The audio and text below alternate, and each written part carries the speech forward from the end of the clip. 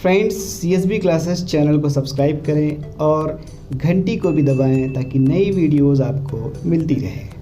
दोस्तों, स्वागत है आप सभी का। और आज से हम स्टार्ट कर रहे हैं continuity and differentiability. Continuity and differentiability का पहला पार्ट ये है और इसमें भी हम आपको कंटिन्यूटी का कॉन्सेप्ट, दोस्त ऐसा कॉन्सेप्ट बताऊंगा ज़िंदगी भर नहीं भूलोगे। और अगर वीडियो ये पसंद ना आए ना, और आपको लगे कि अगर आपको मैंने कॉन्सेप्ट सही नहीं बताया तो मेरी वीडियो मत देखना, अगर आपको पसंद ना आए तो।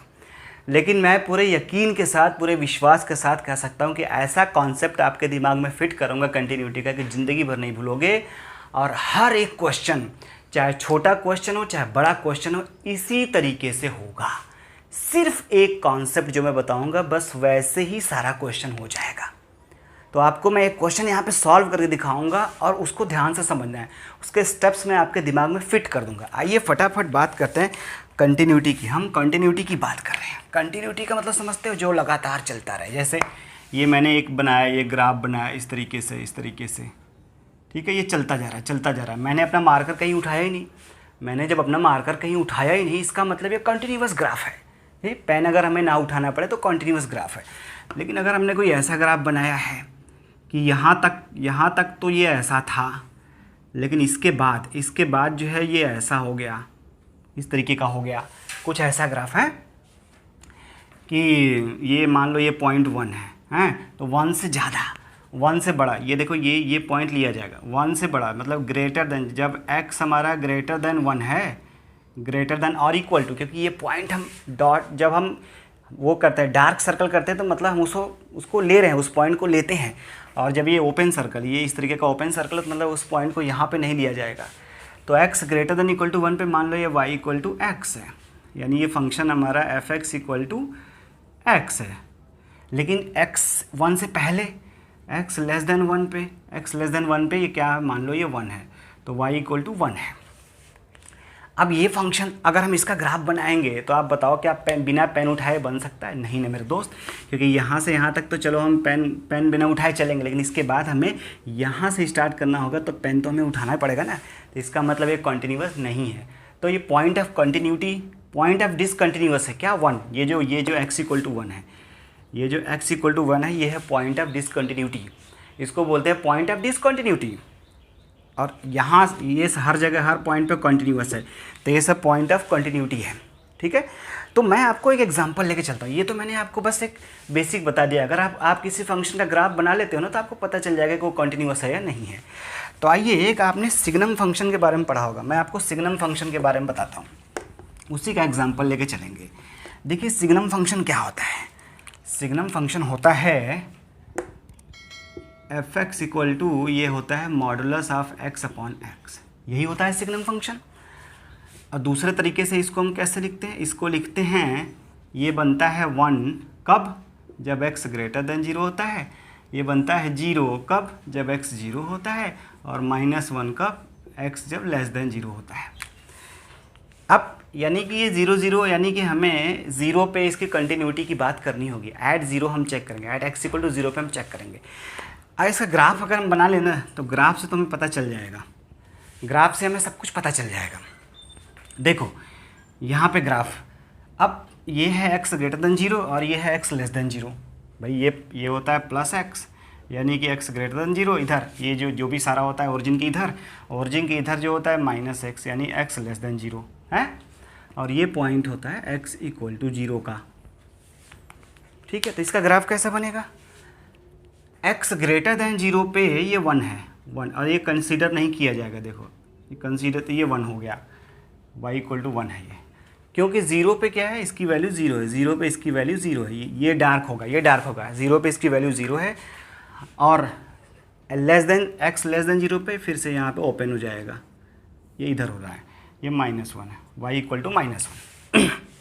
तो हमने इसका ग्राफ बना दिया। अब इसका ग्राफ बनाते ही आपको पता चल गया कि ये इस पॉइंट x इक्वल टू 0 पे जो है ये डिसकंटिन्यूअस होगा, x इक्वल टू 0 पे डिसकंटिन्यूअस होगा। क्यों ऐसा? क्यों? अब कंटिन्यूटी के लिए हम क्या देखते हैं? कंटिन्यूटी के लिए हम जिस पॉइंट की बात कर रहे हैं उस पॉइंट पे क्या वैल्यू है, और उसके लेफ्ट में क्या वैल्यू है, और उसके राइट में क्या वैल्यू है।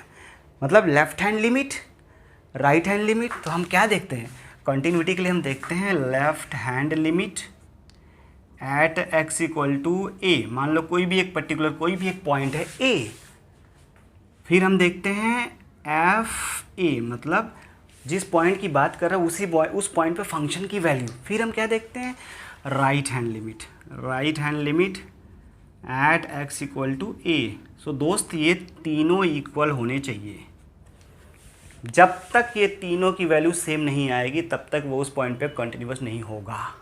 आप बोलोगे अच्छा लेफ्ट हैंड लिमिट और राइट हैंड लिमिट हो जाएगा तो ठीक है, नहीं, मैंने क्या बोला, तीनों, बार बार फिर से कर रहा हूँ, तीनों, left hand limit, right hand limit और उसी पॉइंट पे फंक्शन की वैल्यू, तीनों इक्वल होने चाहिए, तभी जाकर फंक्शन कंटिन्यूअस होगा। आइए अब कॉन्सेप्ट की तरफ बढ़ते हैं। तो इसको देख के पता चल गया आपको कि x इक्वल टू 0 पर तो ये 0 है, लेकिन 0 से बड़े के लिए 1 हो गया और 0 से छोटे के लिए -1 हो गया। तो हमें पता चल गया, देखो इसी को बोलते हैं राइट हैंड लिमिट। यही आपका राइट हैंड लिमिट है और यही आपका लेफ्ट हैंड लिमिट है और यही आपका f0 है, 0 पे वैल्यू है। तो ये तीनों अलग अलग है, ये तीनों, ये 1 है, ये 0 है, -1 है, तीनों अलग अलग है। तो हमें पता चल गया कि ये डिसकंटिन्यूअस है x इक्वल टू 0 पर। लेकिन हम इसको करते कैसे हैं, वो कॉन्सेप्ट, जिस कॉन्सेप्ट की बात मैं अभी तक कर रहा था, जो मैं आपके दिमाग में फिट कर दूंगा, वो अब शुरू होने वाला है। क्या निकालते हैं, 3 चीज़ें निकालते हैं हम। यहाँ पर निकालेंगे left hand limit at x equal to 0, फिर क्या निकालेंगे, फिर हम निकालेंगे f0, फिर क्या निकालेंगे, फिर निकालेंगे right hand limit at x equal to 0। 3 चीज़ें हम यहाँ पे निकालते हैं। अब क्या कैसे करेंगे बताइए। f0 तो सीधे सीधे हमें पता है, x इक्वल टू 0 पे ये फंक्शन की वैल्यू क्या है, 0 है, तो ये तो हमें पता है, ये कितना है, ये 0 है। अब बात इसकी हो रही है, किसकी, लेफ्ट हैंड लिमिट और राइट हैंड लिमिट की हो रही है। तो एक काम करो, इसको तो बॉक्स में बंद करके अलग कर दो और एक लाइन हटा दो। चलो ये अलग हो गया, मतलब है यहाँ से हमने लाइन खींच दिया। अब जो स्टेप बता रहा हूँ, शुरू के 4-5 स्टेप कॉमन होंगे सभी के लिए, हर एक प्रॉब्लम के लिए वो कॉमन होंगे। क्या लिखेंगे हम यहाँ पे, लिखेंगे limit x tends to 0 minus. 0 minus क्यों कर रहे हैं भाई, लेफ्ट का मतलब उसके बगल में, उसके लेफ्ट का मतलब वो छोटा होगा उससे, इसलिए 0 माइनस कर रहे हैं, f(x).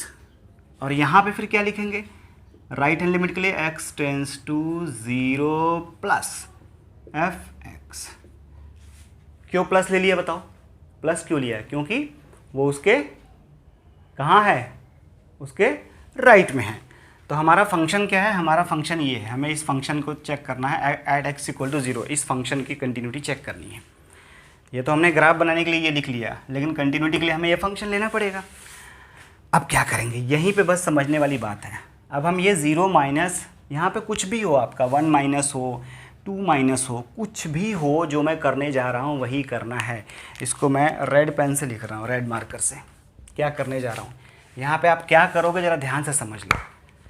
यहाँ पे आप लिखोगे let x equal to 0 minus h। ये देखो 0 माइनस, तो मैंने कुछ नहीं किया, मैंने x इक्वल टू 0 माइनस बस एक h लगा दिया और कुछ नहीं किया।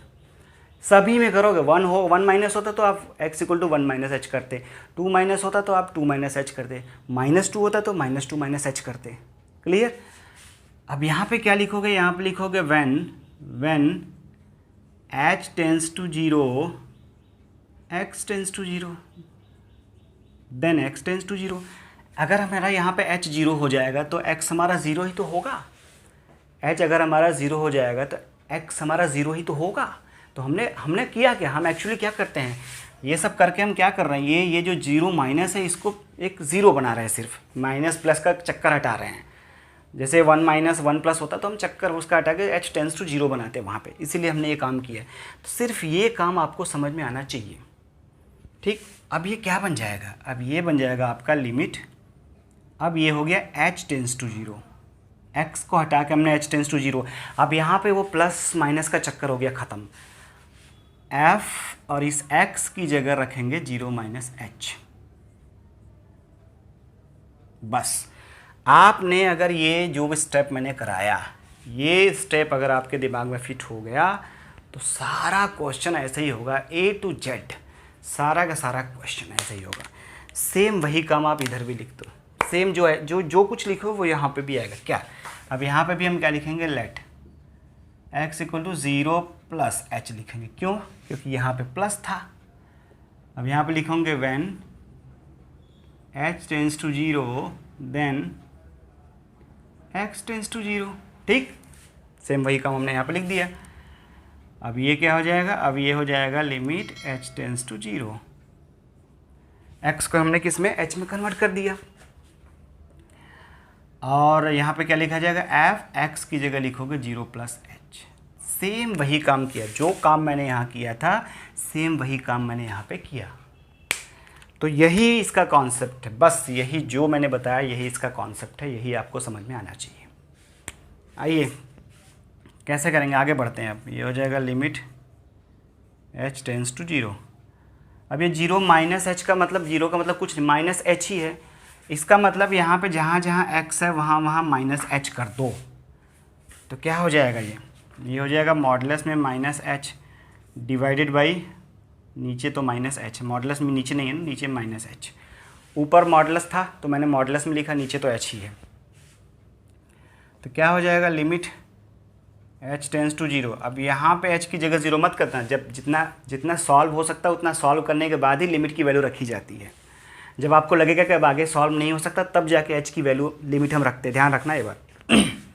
माइनस h मॉडुलस में बाहर निकलेगा तो h बन जाएगा, तो ये हो जाएगा h बाई माइनस h।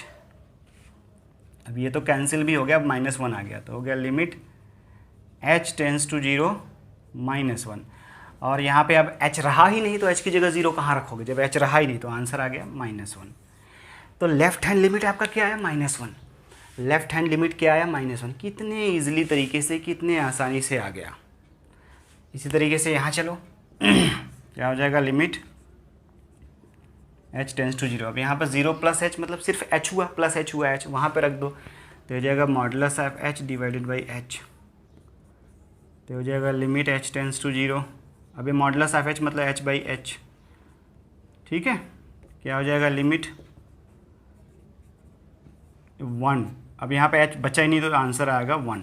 तो देखो, और f0 कैसे आया था, यहाँ भी 0 यहाँ भी 0 करोगे तो 0 बाई 0 0 ही तो होता है। तो देखो फंक्शन की वैल्यू, यहाँ फंक्शन की वैल्यू आई 0, लेफ्ट हैंड लिमिट आया -1 और राइट हैंड लिमिट आया 1, जो कि हम यहाँ पहले भी लिखे हुए थे और वो हमने यहाँ से निकाल भी लिया है। तो यार ये तीनों अलग अलग है। हम तो ये कह रहे थे कि कोई एक भी अलग होगा तो भी वो कंटिन्यूस नहीं होता है, लेकिन ये तो तीनों अलग अलग है।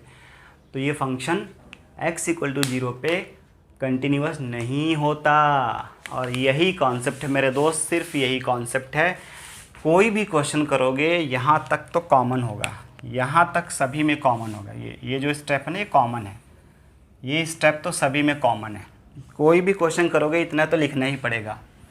बस आपने अगर ये लिखना सीख लिया ना तो कंटिन्यूटी आपको परेशान नहीं करेगा। और वीडियो अगर पसंद आया हो, अच्छा लगा हो तो लाइक करिएगा, शेयर करिएगा और कमेंट भी करिएगा। Thank you very much.